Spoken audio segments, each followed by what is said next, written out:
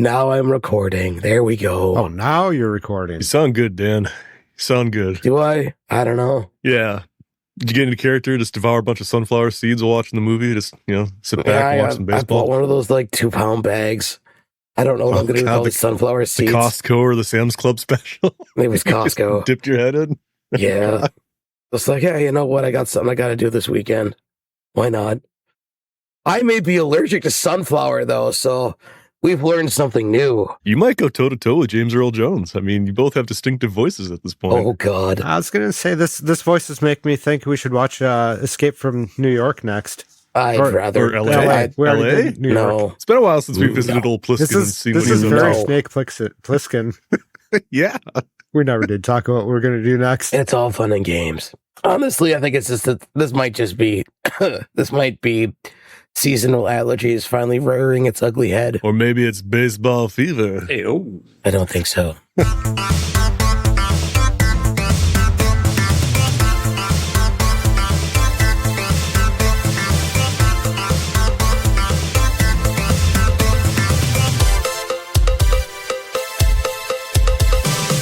I'm Joe. I'm Ken. I'm Andrew. And I'm Dan. We're the Rewinders, rewinding movies from our childhood to see if they hold up.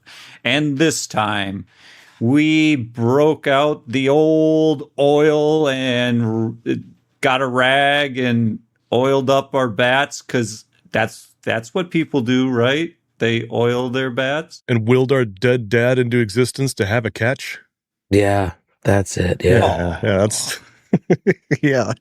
The Now, good times. Can we go back to that intro real quick? Dan, can I have you say I'm Bat Dan? Ooh, I'm Bat Dan. Is that good? that was so worth it. It's not even funny. I love that. Show me the money. What? Batman doesn't say, show me the money. No, he He doesn't. does now. He does now, He though. does now. Bat Dan does. You should have. Oh, wait, no, it's not show me the money. Show me potato salad.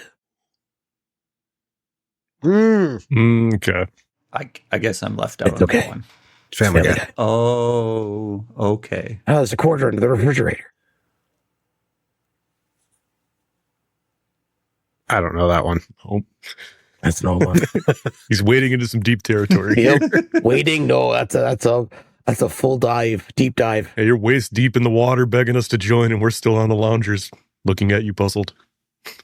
Not sure what you want. You know what else doesn't wait? This movie. Yeah. It really jumped into making that baseball diamond. It really did. It came a lot faster than I remembered. But Absolutely. then again, this movie has the distinct pleasure of 3 stretches in my life putting me to sleep. It put me to sleep as a child. It put me to sleep as a young boy. And it put me to sleep as a man. I bet it'll continue to put me to sleep as a elderly person later on in life. And Understandable. that movie is Field of Dreams, because I didn't get to say it. Oh, wow. I guess the burden of knowing is you forget sometimes that you have to say it. That's a good way to put it. Yeah. So, experience with this movie from your childhood, other than putting you to sleep? I recall watching this film, or at least attempting to watch this film several times. I have no recollection of 90% of this film. I think it's movies like this that people say, oh, you didn't watch this movie when you're growing up, that make me not trust people when they say I have to watch a movie. So I didn't actually watch this until I was an adult, probably because people were talking so much about how great Field of Dreams is as a movie. And I understand where they're getting from, but it is an hour and a half I have to dedicate to it. Yeah. And if you're going to continue to suggest movies like this, it's not the worst movie that I've been suggested, but it's definitely a movie for me. I'm sorry, we're not into the end of the thing. How Anyway, dare you? I watched this as in my 20s at some point, and it was fine. I never got back to going back. I wasn't upset about watching. I just never wanted to go back and watch it. I remember having a distaste for this movie, and now that I've watched it again, I know why. It's not a bad film. I will not disagree with that. It is not a bad film. It's a pretty decent film. I just don't like it. Back to old form. And you're getting ahead of the formula, Yeah, you guys, too. what? Guys, wow. There's Oh. stuff to talk about. It's like you I want have- this to be I over have 3 so pages soon. of notes. Wow. Okay, we're locked in. Yeah, for me, I watched it when it came out. I'm not sure if I saw it in the theater. I'm gonna guess no. But when it came out, I'm pretty sure it was something my dad wanted to watch because he liked the old baseball stuff. And for me, though, I really wasn't acquainted with the names of the baseball players. So I couldn't connect to that aspect of it. And then when I thought about baseball as a whole, I didn't really grow up enjoying baseball. I knew it was there, but I didn't really pay that much attention to it or care. So that aspect of it didn't really talk to me. So then there's the rest of the aspect of the movie is the interpersonal relationships and stuff like that. And that's kind of what I watched it for, with a little bit of the baseball flair and the intrigue of someone plowing their field to build a baseball stadium, because that's crazy.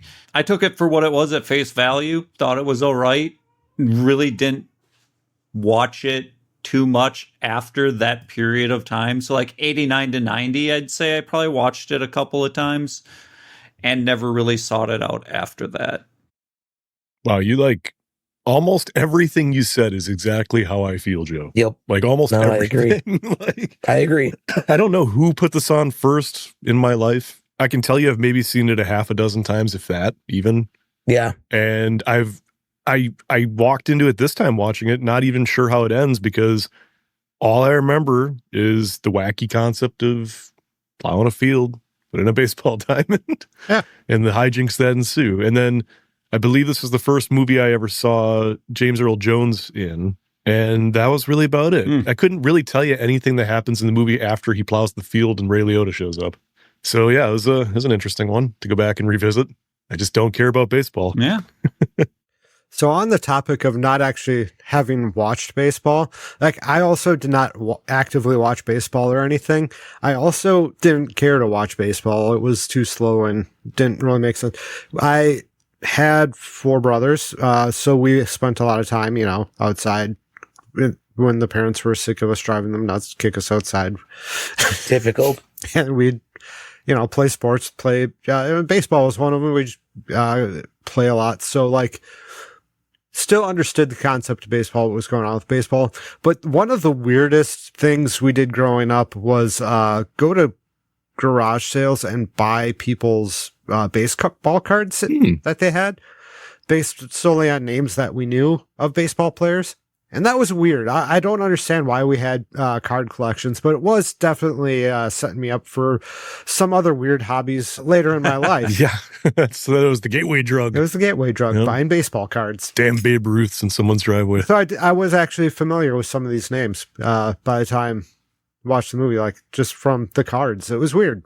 A weird way to understand and know these people. It's an interesting tie together. Yeah, I like that. I was not a sports kid, so I mean, I knew Babe Ruth. I knew probably Ty Cobb, and that was really about it. Yeah. So Joe DiMaggio? didn't know that until like later in life. Oh, man. Yeah. But Ken, you bring up the good point too about card collecting. I was never big into all of these sports, but I attempted card collecting. And did I care about the players that much? No. It was just kind of a thing to do because that's when I think those classic cards got deemed valuable. Yeah. So our parents then were like, oh, maybe you should collect cards and enjoy the card collecting. And then later in life, they'll be valuable for you like they are now. And it's like, stupid us. That was never going to be the thing, because when everyone's collecting them, then no, they're not going to be worth You anything. take that back. Beanie Babies are still worth something to someone. At that time, had I bought into, well, I would never have, but had I bought into Beta Magic the Gathering, Right. That's fair. That's fair. the house a little bit too Christian to go into the Magic. How many Black Lotuses would you have kept, though? Oh, None. no, I would have handily, because I was playing pretty good in high school. So like 98, I started playing. Not with my own cards, obviously. Not in the house. One, waste of money because whatever. Two, doesn't fit in with the strong Christian values trying to be placed inside me. And Dirty magic. but yeah, had I a Black Lotus, I would have known its value at the time. Yeah. Whole weird backstory about that, but I don't want to go into that here because that would involve me waxing and waning way too long and forgetting things, and it's a strange story. We'll go through it at the offline. We'll take that one offline. Okay. Fair enough. That's fair. That's fair. So, for those of you who have not seen Field of Dreams, the movie is basically this. There's a dude in Iowa who's a Iowa or Idaho? Idaho. Remember, Iowa is better than heaven. Iowa. Whatever. They're all farm fields. It doesn't matter. Whoa. Iowa has corn. Idaho has potatoes. Whoa, he's already forgetting his roots, Mr. Fancy. Expedited man, you off to a new place. Yeah, you fast shipped yourself out of here. To a place with better cheese. I said it. Better cheese than Wisconsin. If it's true, I more power to you. I'm happy for you. I need a tiny desk to flip right about now. I mean, that card Print table, one. that card table right there. Just do it. There's nothing important on there. Ooh, yeah. There's a Sephiroth on there somewhere. All the more reason to Somewhere. flip it. He's responsible. There we go. Now it's not on there. Okay, well, you did it. Kinda. But yeah, so if you haven't seen this movie, it basically breaks down the guy in Iowa who's a farmer wanders out into his cornfield wondering what he's done with his life because he's having, I'm assuming, a midlife crisis. Which slap in the face, he's talking like he's reached this point where it's just like, oh, I got a wife, I got a kid, I got a farmland, and I'm only blah, blah, blah years old. And it's like, that's my age. And he has all that. Fuck you, Kevin Costner. 36, wife, house, kid, farmland. Yes. Thanks. What the Thanks for fuck? that. Yeah, some of us are just living. Give it a few decades there. That'll be out of everyone's reach. Already is. Anyway.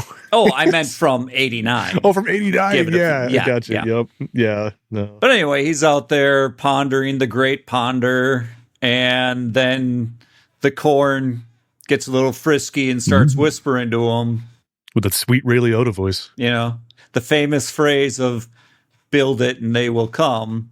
And, you know, just say it till you drive the person crazy. And he's like, fine, I'll build it.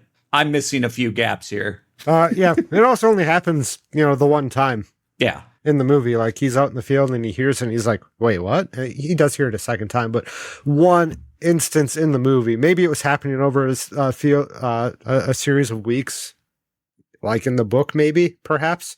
But There's a book. Sure. Book is called Shoeless Joe. yeah, Yep. Shoeless Joe Jackson. Oh, okay. So yeah, it just happens the once, and he goes in and talks to Annie. Annie's great. Annie's the best part of this Oh my movie. God, right? I didn't realize this, and this was a huge point for me. I kept staring at her in this movie, wondering who the hell she is. I'm trying to figure her out. And I'm like, I kept confusing her with Holly Hunter. So I eventually looked her up online to see who she is, and she's Amy Madigan. And I'm like, Amy Madigan, I know that name. And then I looked into it.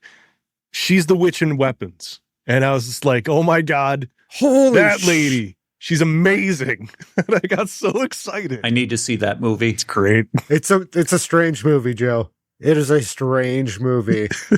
That's right up my alley. Plus, I need to watch that before I watch the new Resident Evil Yeah, I saw movie. he's attached to that. I'm pretty excited. I mean, what could hurt at this point making Resident Evil again? It's already been bad several times. Well, if you haven't seen the trailer, it doesn't follow the not Wes Anderson. Paul W.S. Anderson. I was going to say the Party Hard Anderson. Oh, WK? Andrew W.K. Yeah, with that yeah. roundabout. That's good. Yeah. Anderson WK? Yep. Yep. Yeah, that version can go to bed and be what it is and move on because, yeah. Anyway, blah, blah, blah. So this whole vibe in the back of this Iowan's head drives him crazy till he decides that, yeah, I'm gonna build a baseball field and it's gonna be in my cornfield where the whispers are. So he starts doing it, and all the other neighbors are like, look at that silly man. He's going to go broke. So I'm going to pitch a tent and watch him go broke all day instead of taking care of my crops. No, I'm going to sit and mop. Yeah, instead of being a good neighbor, we're just going to be assholes and watch his downfall. Tell me you live in a farm village without telling me you live in a farm village. That's fair. Like this corn was pert near harvest ready. I don't know why Oh, you yeah. just wait like a week to harvest the corn. It was as tall as he was. Oh, absolutely. Probably because they were filming Children of the Corn at the same time, Ken. So they needed that corn. Yes. I haven't seen that movie. It's okay. It's okay. First one's good. The rest of them are trash. That's usually how it goes. So this man has a very supportive wife that helps him through all Wildly this. supportive wife. and Yeah, This just man is having audio and visual hallucinations. yeah. And she just doesn't care. Or even ask the question, is my husband losing his mind? Exactly. I'm going to ask a follow-up question. Yep, good enough for me. Do whatever the hell you want. I'll back you 100%. Just damn. No, Damn. not 100%. She did try to push back on him at one point. She did. And he's like, I gotta go to Fenway. And she's like, But then wait, is that the one with the big green Yeah. wall?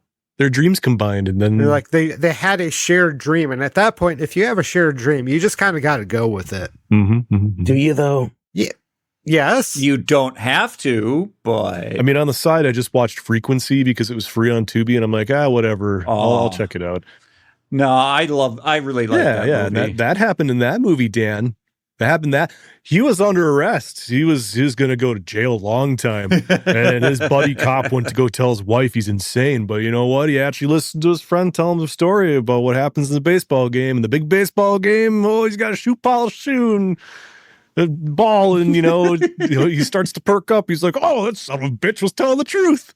It happens. It happens when you stop and listen to the crazy ones. Sometimes it works. Especially when they're talking to you through time. Exactly. 60% of the time, it works 100% of the time. Yeah, which that's something I couldn't really wrap my head around with this movie is the time travel aspect, but I just went with it after like the third time. Oh, I was referencing Frequency, but Well, that's okay. I know you're referencing Frequency. I was talking about this though, with like how it's like I understand Frequency's time travel rules because they established them. I understand Back to the Future's time travel rules because they established them.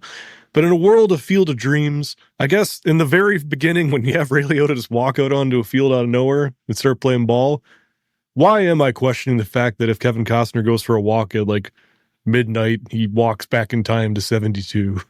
Like, why am it just time travel happens when it wants to in this movie. And I firmly believe that baseball is the metaphor that the wider story is, at least in the film, for something bigger. It's a very like, yes, you can watch it about, oh, this man builds a baseball field in his corn and ghosts come back to play baseball.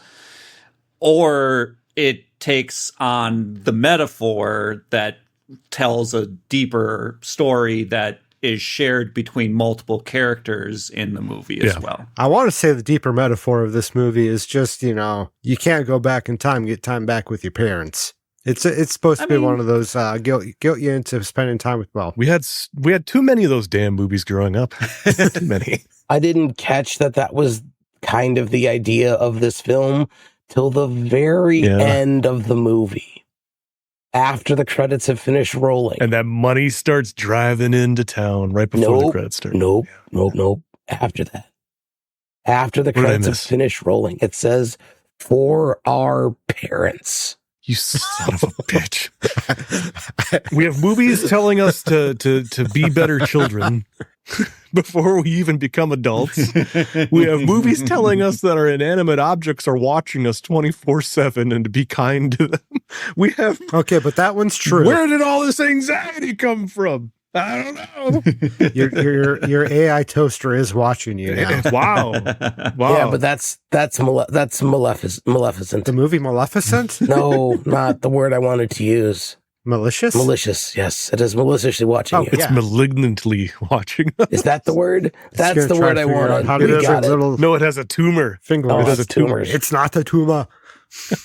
Punish that AI toaster and just whip your dick out all the time at it. Eventually, it'll quit. Exactly. That's very topical, Joe, because I just saw that Meta fired like over 1,000 contractors because they were just filling up servers with private recordings using the class. Something like Look, that. Joe, you start whipping your stuff out in front of the toaster. The toaster is going to start getting into your algorithm. It's going to start feeding you videos of interesting things that you can cook in a toaster, and one of them is going to be a pack of hot dogs. Nice. Now remember, then it could extrapolate that and then pass it on to other people, and then pretty soon you'll start a trend. Yeah, Dick toaster. yeah, it's going to get you. Instructions unclear. Oh, I'm sorry. I want to correct this before I say the wrong thing and do the wrong thing. It wasn't the contractors who were recording things and uploading them. They had over 1,000 contractors in charge of watching explicitly recorded materials on the Meta glasses, and then they fired them afterwards. So it's like, here, do our dirty work. No, get. For doing their job. Yeah. Yep. Gotcha. Mine was funnier. I liked that idea of just all these morally corrupt contractors. The first thing they do when they get a pair of Meta glasses, oh God, how do you get in here? I mean, it probably was like that as well. They got to get the video somehow. In this movie, though, Yeah, this movie. the Ray character, the main character, the gentleman who has his farm that goes crazy and hears voices in his head and sees things, then starts needing to travel to other places and include others in his hallucinogenic spree that he's his schizophrenic episode that he's experiencing. And then they all start mass not hypnotizing, but Hallucinating? mass hallucinating him with him, so that the author gentleman Man. sees the stuff in the big billboard with him. They go talk to I keep wanting to call him a dentist. He's a doctor. Yeah.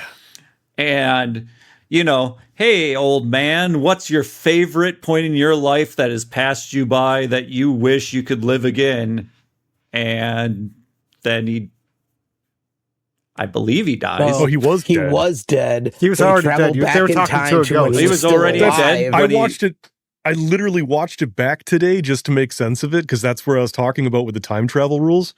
He just goes for a walk and somehow walks back into 1972, because when they get to that town, they're told by that lady that he died several years ago. Yep. So he walks back in time to 1972 and he clears the dust and dirt off of the license plate to see the renewal sticker and sees him walking down the street, and they have a conversation in the past after he's already died about present time. It was time travel. Mm. Yeah. It could be argued that car was just sitting on the street and that license plate was Yeah. way out of date. Maybe, but she said That's he what died. I was going with. But she said he died because they're just like, why'd we even come? And then he goes for a walk and boom, he runs into him.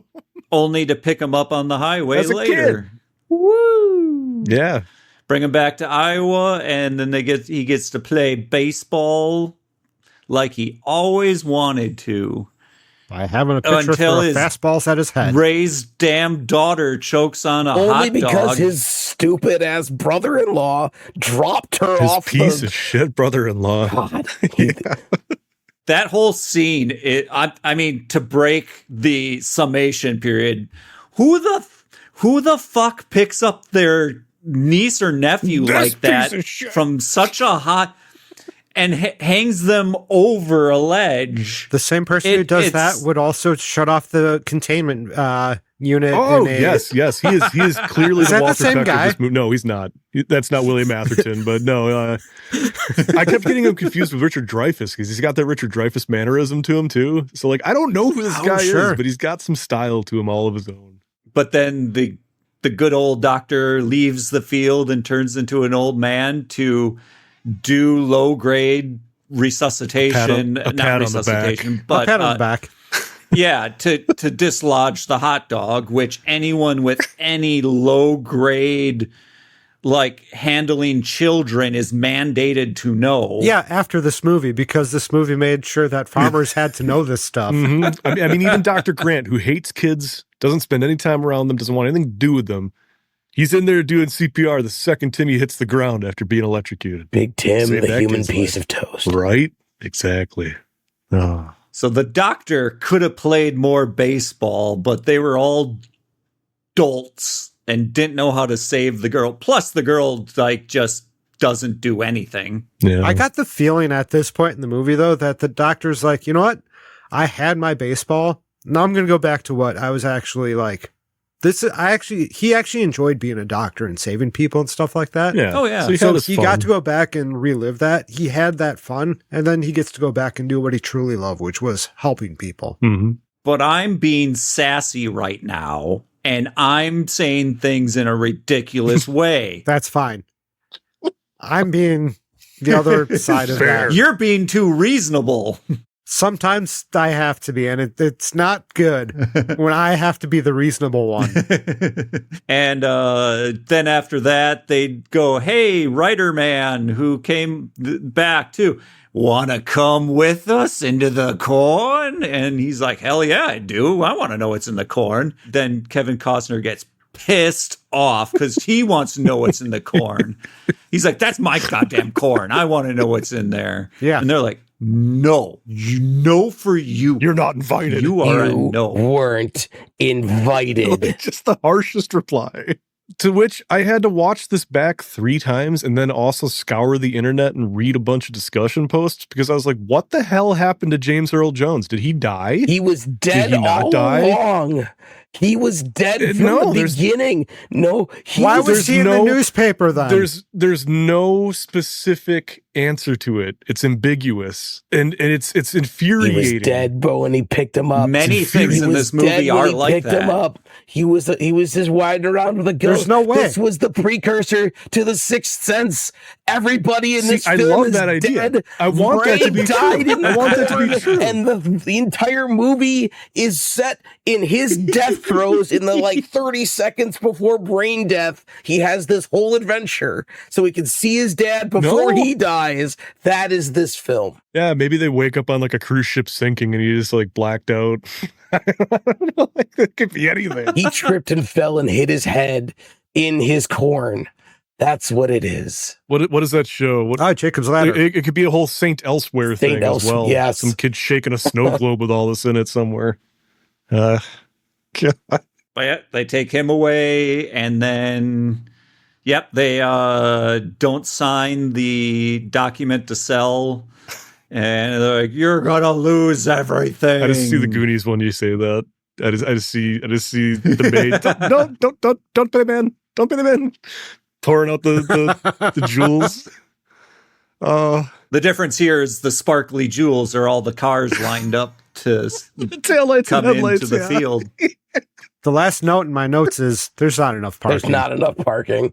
There's not enough yeah, seats. One There's not little- enough. Yeah, you could argue there's anything. not enough anything. Concessions, bathrooms.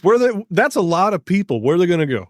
Where are they going to go? in the corn. I guess. Free fertilizer. How are you going to sell them tickets? There's no way to stop them from just going in. True. And did they all bring cash? The whole thing is, it doesn't matter. I mean, they were going to Iowa City for a vacation, so it wouldn't be a far-fetched to say they brought cash with them. True. But the fact of the matter is, they're all traveling. Yeah. And this is where Dan's statement comes up. They're all dying. All those people driving are dying. This movie is dark if Yeah. you get into it. I mean, I get that makes sense. That makes more sense. I'm not going to go No. too deep That makes into more it, sense but 'cause- I do have a really solid Yeah, because when you theory. look at it at a face value, you're like, why is everybody showing up all at once? That's stupid. Like you'd expect people to trickle in. And why did James Earl Jones know about it exactly? Yeah. He's the River Styx. Why did they tell Costner, you don't want to go there? You don't want to see what's back there. It's not for you. They're all demons. The Well, yeah. corn is just a gateway to hell. That's where all baseball players go. I've been reading too much Ito lately, and now I'm just thinking of the ice cream truck story where all the kids get invited to ride on the ice cream bus. And there's just blobs of ice cream that they lick. And then eventually they turn into ice cream. And that's where the ice cream driver's getting his ice cream. Yeah. That's where the corn comes from too. That's incredible. I love it. It's great. Yeah. So that's the movie with a bunch of commentary stitched in and derivatives. If you haven't seen It it. took us like a half hour to get through the description of this movie. I think this is a good one. I think because none of us had preconceived notions No. going into it, really. And we all walked into it kind of like, oh, yeah, that movie. Yeah. We're all on equal footing with this one. It's pretty interesting. I had completely forgotten. I thought I forgot the last hour and a half of this movie. No, this movie was an hour and a half, so an hour and 15 minutes. I forgot. I thought the end of the movie was like, oh, he finishes the baseball and then you go play baseball. And then he sees his dad and it's done. Yeah. I forgot about going to get James Earl Jones and the doctor and all that fun stuff. I forgot about the brother yelling at him. I knew the bank was after him for money because, like, you got to have something in there. But I had forgotten about so much of this movie. I sat down. I was like, oh, that's right. This is okay. I'm pretty sure this is the And then, only yeah. time I've ever finished this film, like start to finish. It's Yeah. Yeah. and what gets me is that this film dances back and forth over the line between reality and fantasy. Yep. And it's not in any like direct path. It's very winding. Mhm. And I think that's what I didn't like about it when I watched it when I was little. I could see that. Yeah. When I was little, I wouldn't have liked it because it's just way too Boring. way too much of the it's boring. It's also like a lot of talk about we're going to lose the farm. You're going to lose the farm. Hey, how about you sell me the farm? You won't lose the farm. And then it's like, except for he did want them to lose the farm. I don't know. At least they break it up with calling a woman a Nazi. Yeah, that was a really pointed part in Yes. the movie that really hit home as of Nazism, Red Scare, Nazism again. we talked- Red Scare again. We talked in depth. We talked ad nauseum about baseball and the magic of time travel in this movie. And you made me completely forget about one of the most grounded portions of the movie where they go to a PTA conference and talk about banned books. And in this movie, Banning I can't help but books. feel, Getting Banning rid of a bunch books, of yes. books. Yeah. and I can't help but to feel a pang of sorrow because this is just another example in a long history of films and media that showed me that the crazy people who wanted to constrict and control everyone were the minority. And these movies and media brought me up in life thinking, wow, okay, everybody's usually pretty sane and pretty well comes together and has like moral values and everything that align and all this other stuff. Yay. Okay. So it's easy to identify the ones that try to encroach on that. And here we are. And it just, the indoctrination that's taken over people, but then also just seeing that some people just were shitty on the inside. They just have the ability to just show it on the outside now. That scene would never happen today. We've got books being banned for far less offenses. And then it's just, it hurts to watch something like that from a movie back in what, the 90s was this? 89. 89. It hurts to watch something back then because they pinned it up as something so nonsensical. It's like, imagine if that happened. I mean, this is happening in real life. These people need to be put in their place. And now we have literal people calling themselves Nazis doing salutes and everything, and fascism is back. And it's just, it made me feel depressed seeing that scene, if anything, because I wanted to like rejoice and be like, yeah, you put her in her place. But where are we? Yeah. Yeah, for me, it started with the feeling of the more times change, the more things stay the same. Absolutely. And then at the end of it, it was like, yeah, this is totally unrealistic for today because the good guy argument in the movie would not matter because the people who want to ban the books don't give a shit about the Constitution anymore. They don't give a shit about the Bill of Rights anymore. They will say they do. Exactly. But they don't. And they'll say that they love kids and they want to protect kids, but then they'll still uphold pedophiles and people who support pedophiles and forgive them over and over again. That part in this movie was like a gut punch. It was just kind of like, oh, what's this piece of massive thought that just got dropped in my lap of this nonsensical time travel baseball feel-good movie? Why do I feel like shit now? Yeah. I had to sit and actually think about it. The rest of it didn't make me think about today at all. It was just that scene. The rest of it was nice. That was at the tail end of the Satanic Panic, which, especially when you go into like small towns, Iowa. Yeah. Going to be a little bit behind everyone on that. So it kind of like lines up with the whole Satanic Panic. And that's why they're going after things like I don't know, The Diary of Anne Frank. Somehow that's Right. I did get a chuckle though, because it's like, at least they nailed the absolute infancy of these arguments with some of these people, where it's like, you know, Annie's argument is sound, and she's actually like saying something that is an argument that actually applies to what they're talking about. So what's the best argument that the person she's talking to can come back with? Oh yeah, well, your husband's the crazy one who plowed his field. Yeah, that's, You know, there's your argument. Yep. There's the argument on banning books. the first one to slip to ad hominem. Yep. I mean, I guess you could say calling someone a Nazi is a little bit of an ad hominem attack. True, too, true, but true. it's true. It's more connected to burning Yeah, books. there's still a Yeah. connection. And Yeah, it's still a banning connection. books. It's not like your husband likes dry toast. He doesn't even put anything on it. Like, that has nothing to do with the and conversation. everyone goes, ooh. Yeah. It's just, whoo. Ooh. As for things that aren't grounded in reality, what about those hot dog and beer prices? Dude, at I had to- Fenway? I had to- $7 for 2 dogs and 2 beers. The Yeah. total was $7. This man bought 2 beers and 2 hot dogs Yup. for the price of a single goddamn hot dog today. Yeah, I rewound that scene just to make sure I didn't imagine it, because holy shit, imagine those prices. That would make things They did worth not going have to. a beer listing on the sign. I did take the time and scrubbed back and forth a bit.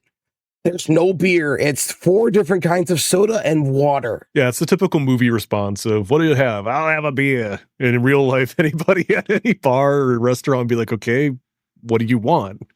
Not just, I'll take a beer. I'll have 1 alcohol, please. It just doesn't work that way. I mean, definitely not in Wisconsin where you got all the, but maybe Fenway where they just have the True. one kind of beer. True, that's They true. only sell Sam Adams. Yeah. That would actually not be so bad. Or all of a sudden now we have an explosion of Yingling everywhere. For a while, you could only get it on the East Coast. Now it's in every freaking store, and it's in Costco. And I'm just like, what happened? I never liked it, but my father-in-law liked it. Never liked it. Yeah, my father-in-law loved it. He always complained about it. Too banana-y. I was going to say, I'm going to say something controversial. I don't care for it, I but hate- apparently yeah. it's not controversial around It's here. part- No, Sounds no, better. I don't. Yeah, I don't agree. Well, there's so many better cheap beers out there, but it gets distinction of tasting like the oldest. Pabst Blue Ribbon. Because that's Wait, what it you is- want. That's what you want. I want prestige with my alcohol. I don't get to drink these Oh, beers. you get some so good beers, though. It's fine. I drink Sagres most of the time out here. You can't just make up words, Joe. I'm not. It exists. I know, you've sent picture once. Oh, back to notes. So, as everyone said, it's a pretty decent movie, but was there anything that really like stood out as like bad No. or something that put you off? No. The only thing that 100% took me out of the movie was when they said, you're going to lose the farm because you plowed under a baseball field's worth of corn. And I had to do the math on how much a baseball field's worth of corn would be worth. And it's about $800, about $900 in today's money. Okay. But I also don't know what the size of their farm is. And so now I kind of want to go back and figure out the average size of an Iowa farm in 1989. So that way I can know whether or not 4.5 acres, which is the average size of a baseball He field. did say that the field that he tore down was $2,200 a square acre. Yeah, that's a lot. How many square acres did he tear down? 4 acres is I don't know what a square acre is versus an acre. It's 1 Yeah, by 1. 1 acre I'm by 1 assuming. acre is a 1 square by acre. 1 acre. So a baseball field's 4.5 acres. I looked that up. So it looks like it'd be more than 800 then. According to that, I did some other math. Maybe it would just been easier to do it by acre, Yeah. just like direct per acre. Did you just look up something, Dan, or is this just something It said in the movie. while I was Yeah. trying to look it up? He gets into it. I think he was having Oh, the okay. argument with his brother-in-law. He brings up that he knows that he tore up $2,200. See, per I wasn't square paying acre. attention to the movie because I was doing it myself. He must have had good corn Yeah. because I was also looking at the field corn Yeah. because I couldn't find good corn cost. Be honest with you. Well, maybe they were paying better back then, and That's also nowadays true. they don't pay farmers as well anymore. I don't know though. There's a lot of farmers there. Like what makes his corn so special? Well, it's not that they don't pay farmers well. It's farmers have a lot more space now, like because there's less farmers. Yeah. And then they also have much bigger and more expensive Equipment. tractors and stuff because John Deere refuses to make a reasonable tractor. They Oh no, insist on putting, like, did that frickin- just go through? They finally, I think they finally won on that. They're definitely making it so you can't fix it, Yeah, and it's incredibly expensive to fix your $99 tractor million these days. settlement to resolve class action lawsuits on the right to repair. But there's something in it where it's like a 10-year thing, but it only applies for certain people. Oh. It's not like a wide thing. So kind of like just a hush. It's some Move on. Yeah, it's just enough to hit the media and make everyone think that it's all over kind of thing. It's not that it's a small deal. That's disappointing. People out here all have John Deere equipment, and it's like every time I see it, I'm just like, I hope it all works good. 'cause If it doesn't work the good, moment you guys need to fix it, uh-oh. I was just advertised for a new tractor brand that's using refurbished engines from the 90s to make it. It's all like fixable. Is that the By yourself. company in Canada? Yeah. Yeah, I saw that guy. That guy's pretty freaking awesome. And that, I mean, I know it's like refurbished and stuff, but like it's what we need. Like the farmers don't need all this extra stuff. They just need a tractor to pull because it's a lot of land to work. They're also doing like heavy machinery trucks and stuff like that, where they redo old trucks to just be up to standards, up to codes and stuff like that, and work great. And plus, like you said, they can fix Yeah. it. They're not tied into that one company's authorized dealers or anything. Because I think the number one threat to our economy right now is fucking licensing. It is just the worst. And everyone Yes. believes that they deserve like the utmost premium to bilk their customers. And it's just frustrating because it's not just one company, it's every company that's raising their rates, causing everything else. And to me, it seems like the biggest stem of that cost is coming down to licensing. It's just ridiculous how much charging for that stuff. Mhm. You will own nothing and you will Yeah. like it. Yikes. Oh, you're going to get me into a That's a whole different anti-Nazi topic. fuel though. right about now. Going to start flipping more tiny desks. I absolutely need to print one. Let me get a print going for that. I'm pretty sad though that I couldn't watch the movie because we picked it and I saw it out there and then I couldn't watch it when it came time for me to watch it and had to deal with watching clips. So Because that's you why don't own it. and I had to do my best to refresh my brain about the movie before doing this. I was pictured Shoeless Joe Jackson just single tear rolling down his cheek as he turns back to the corn and walks into the distance. He would ruin his makeup. Uh, That man was so made it makes up, me miss Ray which is Liotta. fine. I It don't made care. me You miss- don't want to see his actual face. It's all gaunt and flesh is missing. They had to do a lot of That's patchwork. very He's true. dead. You don't want ghouls on the baseball field. There's kids present. The kid doesn't care though. That's true. But all of a sudden, zombie baseball doesn't sound so bad right about Okay, now. that actually does sound phenomenal. Like the pitcher goes to pitch and his arm cracks off with the ball still out. Well, the arm just goes with the ball. The entire game isn't about them actually playing baseball. It's all the side bets. It's like how long till the pitcher's arm falls off. Right? Oh man, this is something. But the over under on our good runner losing both his legs before first base. Right? It's a Running Man style entertainment, not just baseball. It's like all the side bets. What's going to Nice. happen? I like it. I want to watch the Running Man. Yes, hell yeah. Everyone wants to watch The Running Man. And if they don't, they should. And not the new one. Oh, I haven't seen. There's a new one. I wanted to see the new one. It burned Is it down. out? It tipped over and burned over. It's gone. Oh, nice. It's available with Prime. Cool. That means I can watch it. That's a later in life watch. Not today. I got to mow the lawn. That's about it. Sorry, we got sidetracked there with Running Man. As is right. It's a great movie. I love it. For me coming back to this movie, even though I didn't watch it in its full, I had to watch it in clips. It seemed to come apparent to me to interpret it differently this time around and not exactly just see it for the baseball film that I saw it as a child, but as like, recognizing all the good things that are happening, have happened in your life, and not treating it like you've lost all those good things that have happened in your life leading up till now. It's about changing that mentality to loving all the things that you've had in your life, kind of mentality. It's kind of right up there with the idea of it being like, this is that Passover point, accepting life, accepting when certain periods of time of your life are over, and not being sad, not being angry, not being fearful, because all these characters experienced all those emotions, and that's what was holding those characters back. Yeah. It's when each character got to that point of acceptance, that's when they all got released. True. And even the brother-in-law, like, up until that point, he'd been so frantic about overprotecting his sister and trying to snap them out of their crazy delusions and be responsible, grow the fuck up.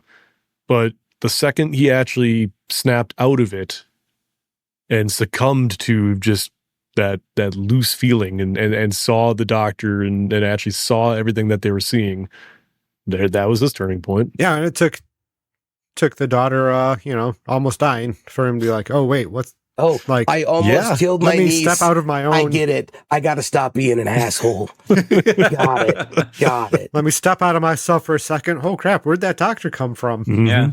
It's like almost like this whole Buddhist undertone to the film. And that's probably La La Land in my head, where I'm making it all up and seeing stuff that's not there.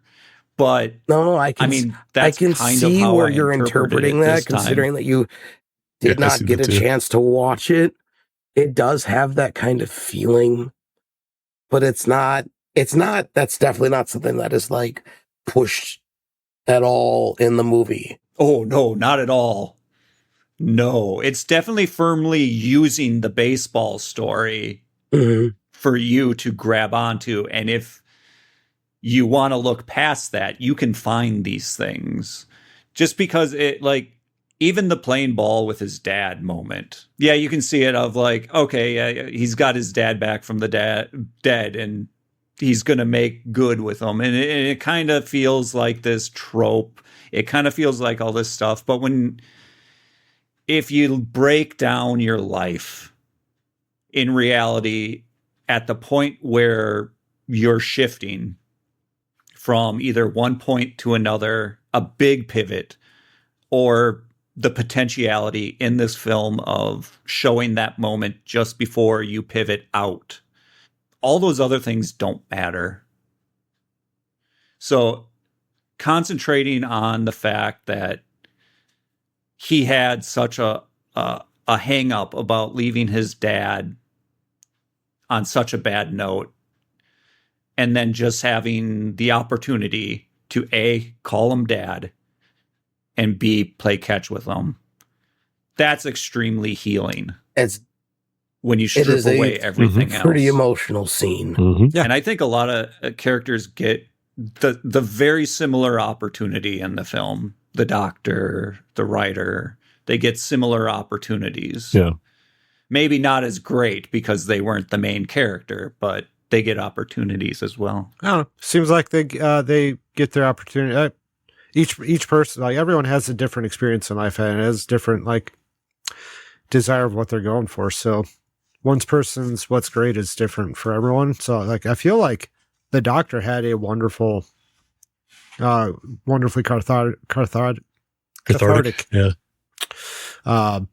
experience there. Yeah. It's not the exact same as, playing catch with your dad one last time, but it's like, he got to go back and relive his youth and be able to play some baseball. Like, there's something about that for him that was so, like, it's a different.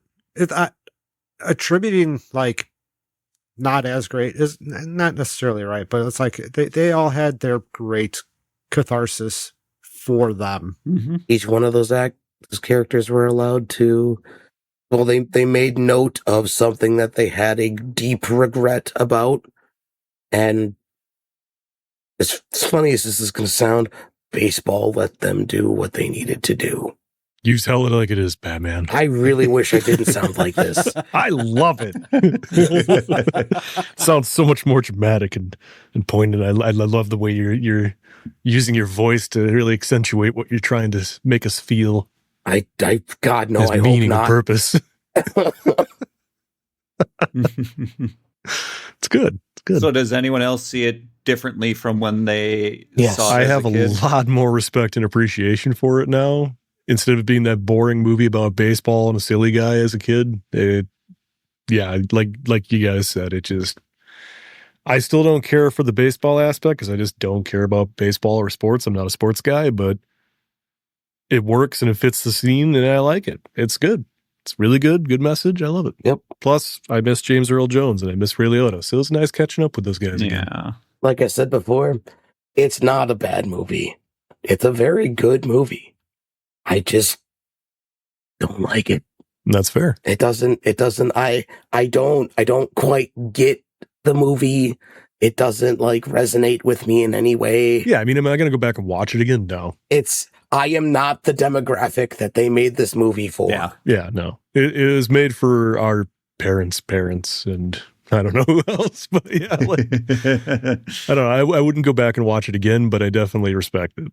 Yes. And I'm glad I watched it. Yeah. Glad I watched it. I did not feel like I wasted an hour and 29 minutes. Very exact. Which there have been movies that we have watched lately that I did really want my time back. This one, no. Oh boy. I was watching the running time as it was going on, be like, oh, wow, we're only a half hour in now. It feels like we've had an entire movie's worth of stuff in here, but it also feels like nothing's happened. Mm-hmm. They build it's so fast. He builds an entire baseball diamond in what appears to be like a weekend. And that's the thing that bothers me is his neighbors are so hell-bent on ridiculing him for his choice to plow his corn. Not a soul has a thing to say about the fact that he constructed an entire baseball diamond complete with bleachers, working stadium lights with breakers on his house and everything. Like, that man was carpentry, electrical. He was doing everything. And they don't give him any credit whatsoever. That could be a weekend, but getting the grass so green and well and level like that is not a weekend. How much money did he spend on sod? My God. Yeah. How much of their savings? Oh, yeah, they blew through all of their savings. How much did they have saved up? It must have been, they would have had several $100,000. Can you imagine like the past, like a sculptor out on a street sculpting some beautiful statue out of a giant block of marble and all these people just sitting there ridiculing him? Like, what is he doing to that? That could be a wonderful counter. What an idiot. Just like, here it is in a museum 100 years later or 200 years later. Most of those people had people paying them. I know it's commissions. Them, so. Yeah, I get it. But I'm just saying, like, if that happened, it'd be hysterical. Just all these people just bitching because it's not what they would do with that thing that person's doing. I mean, it happens still today. It happens where... Yeah, just in different aspects. Yeah. You're not doing the thing that I would specifically do, so you're dumb. And that's all it ever comes down to. If I remember correctly, that baseball diamond is actually still there. It is, actually. It is. Should be. It's a tourist destination. Mm-hmm. Oh, so they came. The movie was actually just marketing for the real life place. You can actually go visit it. I mean, that was the whole point. You build it, they'll come. We come. They're just building the world's laziest theme park. One baseball field. And I also want to point that out. This was interesting to me. This is a misquote, and it's in the same vein as The Empire Strikes Back, where people always misquote that quote and say, "Luke, I am your father," which that's not what he says. He says, "No, I am your father." But people just attribute it to that. You said at the beginning of the recording, if you build it, they will come. And I know there's several things that said they, and I know I grew up thinking it was they because all these things that parodied it say they, but it is actually, if you build it, he will come. They will come is what is said by Ray's daughter before she is dropped off the bleachers. Yeah. Berenstein Bears, Berenstein Bears. Oh, it's a Mandela whatever. effect, you're saying. Okay. All right. Okay. It's only slightly different. because it leads to indirect pronoun confusion, which drives me batty all the time. If you build it, he will come. Who? And that's the point. He says who will come, like, and obviously thinks it's going to be Shoeless Joe, but no, it ends up being, no, it's your father. Your father's going to come back and you get to have some time with him. So, like, obviously, Mr. Douglas, quit using pronouns when you can use names, guys. Just throw in a name. You build it, your dad will show up. Then it's not mysterious. If you build a baseball field, your dad will show up. Hey, the movie's over 5 minutes. Having to reach through the veil and speak to somebody who is living takes a lot of energy. You only have so many syllables. So let's be ambiguous. Syllables. Yeah, let's be ambiguous as fuck. It's like casting the message spell. You only have 25 words. 25 letters in this case. Yeah, you could have swapped out he with dad. If you build it, dad will come. Yeah. That's one extra letter. Oh no. But it went over the limit. Oh, yeah, why not? Anyways, I was fine with fine watching the movie. It's fine. It's not a movie I'd go back and watch again. Maybe I'd go back and watch it again, but there's many movies out there that I haven't watched that it's like I'll go watch that instead. I don't hate the movie. It's not a terrible movie. It's a bit slow. It's a fine movie. I don't mind. It does take a bit to get going, but once it does, it cruises along and you don't really feel like you missed out on anything. Oh, like a hippie's old VW Bug van wagon thing. Aww, it's a warm hug. I know. That minibus. I saw that thing and I was just like, I miss when cars were that small. And then they build a new version of it and it's way too expensive. And then they stop building them. Because obviously nobody wants it. No, they do. But we can't afford it now. We don't want that monstrosity you built. That too.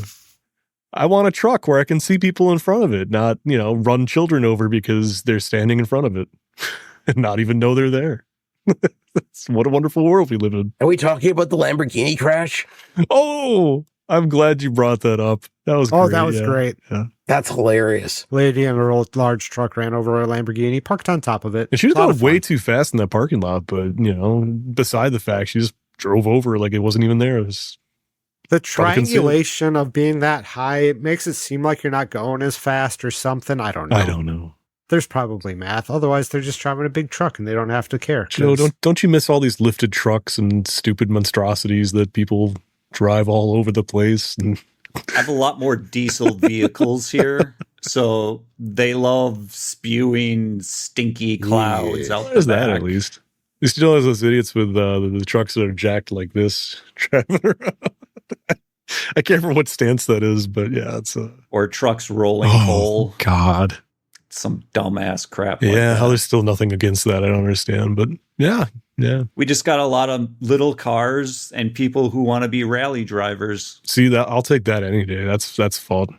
That just sounds fun. Anyway, I would probably recommend this film to a certain type of person. This wouldn't be a, hey, go check it out off the cuff. There would need to be some reason I would suggest this person that you're talking to either has some kind of deep connection to their parents or baseball. You meet somebody who loves baseball with a passion, had a falling out with their parent, and then they died, and all this got a movie just for you. Back to the Future is their favorite movie. It's like, here you go, man. I'd be surprised if they hadn't seen it. Yeah, that's true. I will only be watching it in the near future to give it a full watch because I didn't fit that in this time. Amazing, because it's been like 4 weeks between our last one and I still couldn't fit it in because I'm an idiot. Joe the completionist. But I just want to watch it because I want to see if that vision that I had of the deeper telling in there, if that really pans out with a full viewing and not just clips. Yeah. I'll encourage you to do that, Joe. I'll second that encouragement. Well, now I have to third this. Come on. You didn't have to, but we're glad you did. No, have to.